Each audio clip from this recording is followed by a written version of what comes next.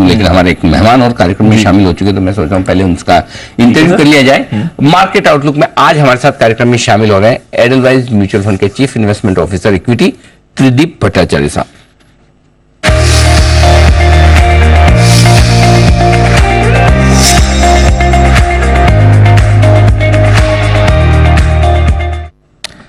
त्रिदीप भट्टाचार्य साहब, जिन्होंने SP Jain institute of management और रिसर्च मुंबई से पोस्ट ग्रेजुएशन डिप्लोमा किया है बिजनेस मैनेजमेंट और फाइनेंस में, साथ ही आपने बीटेक इलेक्ट्रिकल इंजीनियरिंग की डिग्री भी लिया है आईआईटी खड़गपुर से, और उसके बाद 20 साल से ज्यादा लंबा गहरा अनुभव है सर का इक्विटी मार्केट का, हिंदुस्तान की इक्विटीज का भी और दुनिया भर के बाजारों का भी। और एडलवाइज म्यूचुअल फंड तो आप हैं ही, उससे पहले आप एक्सिस म्यूचुअल फंड और इसके अलावा कई विदेशी अंतर्राष्ट्रीय कंपनियों के साथ काम कर चुके, जिसमें UBS global asset management London की भी शामिल है, वहां पर भी आप काम कर चुके। त्रिदीप सर, बहुत बहुत स्वागत है सर आपका, धन्यवाद हमें समय देने के लिए। सबसे पहले नमस्कार सर, सबसे पहले आपसे राय थोड़ी इकोनॉमी के आंकड़ों पर ही लेना चाहता हूं। जिस तरह से जीडीपी के आंकड़े आ रहे हैं, ऑटो सेल्स की बिक्री हो रही है, रियल एस्टेट कंपनियों से हम बात कर रहे हैं, जीएसटी कलेक्शन, कैसा दिख रहा है आपको मूड माहौल, स्ट्रेंथ कितनी है और आगे के लिए आउटलुक क्या है? मेरे हिसाब से पहली बात तो आपको जन्मदिन की हार्दिक शुभकामनाएं। थैंक यू और मुझे अपने शो में इनवाइट करने के लिए बहुत बहुत धन्यवाद। Thank you. I am honoured to be on your show on your birthday. Thank you. मेरे ख्याल में जो डोमेस्टिक, इसको दो भाग में देखना चाहिए, एक तो डोमेस्टिक मार्केट आउटलुक और एक ग्लोबल मार्केट आउटलुक। तो डोमेस्टिक मार्केट से शुरू करते हुए मेरे हिसाब से डोमेस्टिक मार्केट का जो दारोमदार है वो बड़ा अच्छा है from a medium term point of view. इसके 5 गण हैं मेरे हिसाब से, जो कि इंडिया स्टोरी को, इंडिया बॉटम अप स्टोरी को बहुत ही सक्षम बनाती है। थोड़ा सा समय लूंगा इसको बोलने के लिए, तो ध्यान से सुनिएगा। सबसे पहला जो मुझे लगता है वो ये है कि इंडिया में जो एक प्राइवेट कैपेक्स की जो एक थीम चल पड़ी है, वो धीमे धीमे जोर पकड़ रही है, और मेरे ख्याल से अगले 2, 3, 4 सालों में शायद और ज्यादा जोर पकड़े। ऐसा हमने पिछले 10 साल में पहली बार देख रहे हैं कि इंडिया की जो कैपेसिटी यूटिलाइजेशन है इंडस्ट्रियल साइड में, वो 75% के आसपास हो गई है। और जब ऐसा होता है तब नॉर्मली देखा गया है कि प्राइवेट सेक्टर कैपेक्स थोड़ा बढ़ना शुरू करता है। उसका शुरुआती जो साइन है वो अभी दिख रहा है। उम्मीद करते हैं कि आगे अगले 1-2 साल में और ये स्ट्रेंथन होगा। ये पहली बात, जो पहला स्तंभ है। दूसरा जो अभी आपने कहा वो ये कि रियल एस्टेट सेक्टर जो है इंडिया में, वो बॉटम आउट होता दिख रहा है, और इसका सबसे पहला और सबसे इंपॉर्टेंट साइन है कि अनसोल्ड इन्वेंट्री जो है वो 12 या 13 साल के बनिस्बत कम है।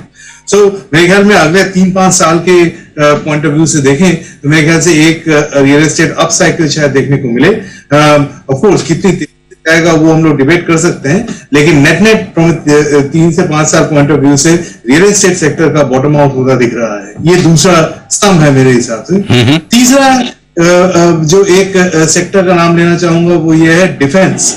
इंडिजिनाइजेशन ऑफ डिफेंस मेरे हिसाब से अगले 10 साल में एक बहुत बड़ा सेक्टर और बहुत बड़ा थीम बनने वाला है इंडियन इन्वेस्टर्स के लिए ओवरऑल।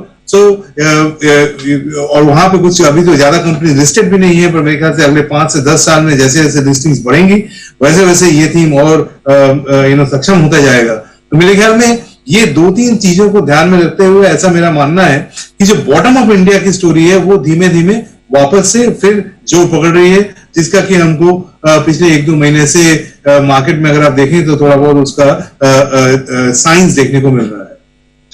बहुत इंटरेस्टिंग चीज आपने बताई सर, 3 बेहतरीन थीम बताइए जो इंडिया की इकोनॉमी की मजबूती दिखाती है। कैपेक्स साइकिल बहुत स्ट्रॉन्ग चल रहा है, रियल एस्टेट सेक्टर में जबरदस्त डिमांड और ग्रोथ है, और डिफेंस में जो बड़ा कामकाज हो रहा है वो त्रिदीप सर को पसंद है। सर बाजार पर अब आउटलुक बताइए।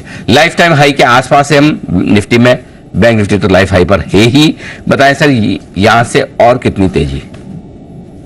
देखिए, ये शॉर्ट टर्म में मार्केट का जो लेवल प्रेडिक्ट करना वो इट्स ओनली ए गेस, पर मेरे ख्याल में अगर आप क्या बोलते हैं इंडिया, जो मैंने अभी 3-5 थीम बताए उसके बेसिस पे देखिए तो पिछले 25 साल के कंपैरिजन में शायद इंडिया के लिए ये स्वर्णिम काल है। और मेरे ख्याल में जो ग्लोबल दारोमदार है वो थोड़ा सा अभी भी नेगेटिव है, जिसलिए थोड़ा सा एब्सोल्यूट रिटर्न में थोड़ी मुश्किलात आ सकती है नियर टर्म में। लेकिन अगर थोड़ा सा समय दें, अगर ग्लोबल इकोनॉमी जैसे बॉटम आउट होती है अगले 3-6 महीने में, तब आपको एब्सोल्यूट रिटर्न्स भी बेहतर देखने को मिलेंगे। From a very near term point of view से अगर देखें तो अभी जो वैल्यूएशंस हैं इंडिया के वो करीबन फेयर वैल्यू के आसपास है। सो आगे चल के अगले 1-2 साल में जो रिटर्न्स बनेंगे वो अर्निंग्स ग्रोथ के मुताबिक होंगे। ये अभी जो इन्वेस्टर्स को ध्यान करना चाहिए वो इंडेक्स पे नहीं बल्कि उन जगहों पे जहां पे अर्निंग्स अपग्रेड आने के आसार हो, और उन स्टॉक्स या उन स्ट्रेटेजीज में बने रहना चाहिए जहां पे अर्निंग स्टोरी स्ट्रांग हो। ये अर्निंग स्टोरी का समय है। इंटरेस्टिंग चीज बताइए, फोकस वहां करें जहां कंपनी की कमाई में दम हो, वहीं पर निवेश करें। इन लेवल्स के आसपास मार्केट रीजनेबल वैल्यू है, लेकिन अगर आपने अच्छी कंपनियां चुनी तो पैसा बनेगा। तो ये सर एक और इंटरेस्टिंग चीज है, एक आपने मैन्युफैक्चरिंग की बात की, प्राइवेट कैपेक्स की बात की, यानी कि वहां पर तो ग्रोथ है ही है। दूसरी ओर हिंदुस्तान में 140 करोड़ लोग हैं, कंजम्पशन भी बड़ा स्ट्रांग है। तो क्या इन दोनों सेक्टर्स को अगर कंपेयर करके देखा जाए तो आप कैसे देखते हैं, कहां ज्यादा मजबूती आपको दिखती है? आज का जो सूरत हाल है उसमें जो हम अगर अपने पोर्टफोलियोज के नजरिए से देखें तो हम लोग मैन्युफैक्चरिंग में ओवरवेट है, कंजम्पशन में अंडरवेट है। कंजम्पशन में अंडरवेट का कारण ये है कि जो इन्फ्लेशन रहा है पिछले 6-9 महीने से ये ज्यादा रहा है, और अगर आप थोड़ा सा आगे भी देखें तो ये एल नीनो का इम्पैक्ट जो है वो थोड़ा बहुत रूरल कंजम्पशन पे पड़ने वाला है। सो इसको ध्यान में रखते हुए कंजम्पशन थोड़ा सा हमको लगता है कि वीक रहेगा शॉर्ट टर्म के लिए, और मैन्युफैक्चरिंग की तेजी बरकरार रहेगी। हालांकि अगले 2 से 4 क्वार्टर बाद जब ये इन्फ्लेशन धीरे धीरे ईज आउट होगा तब कंजम्पशन में भी आने की तैयारी। तो ऐसा नहीं है कि कंजम्पशन में कुछ स्ट्रक्चरल मंदी है, but near term point of view से अगर आप देखें तो मेरे ख्याल में मैन्युफैक्चरिंग में थोड़ी ज्यादा तेजी है, कंजम्पशन में थोड़ी बहुत मंदी है। ओके, कंजम्पशन पे थोड़ा असर पड़ सकता है, लेकिन मैन्युफैक्चरिंग में अब भी तेजी का रुझान है। सर आपसे चूंकि मुलाकात मेरी पहली बार है, एक पर्सनल सवाल भी पूछना चाहता था मैं आपसे। जनरली बंगाल के लोग बड़ा साहित्य के लिए, कल्चर के लिए, इनके लिए बड़े जाने माने जाते हैं। आपको सर शेर शायरी ऐसा कुछ पसंद है?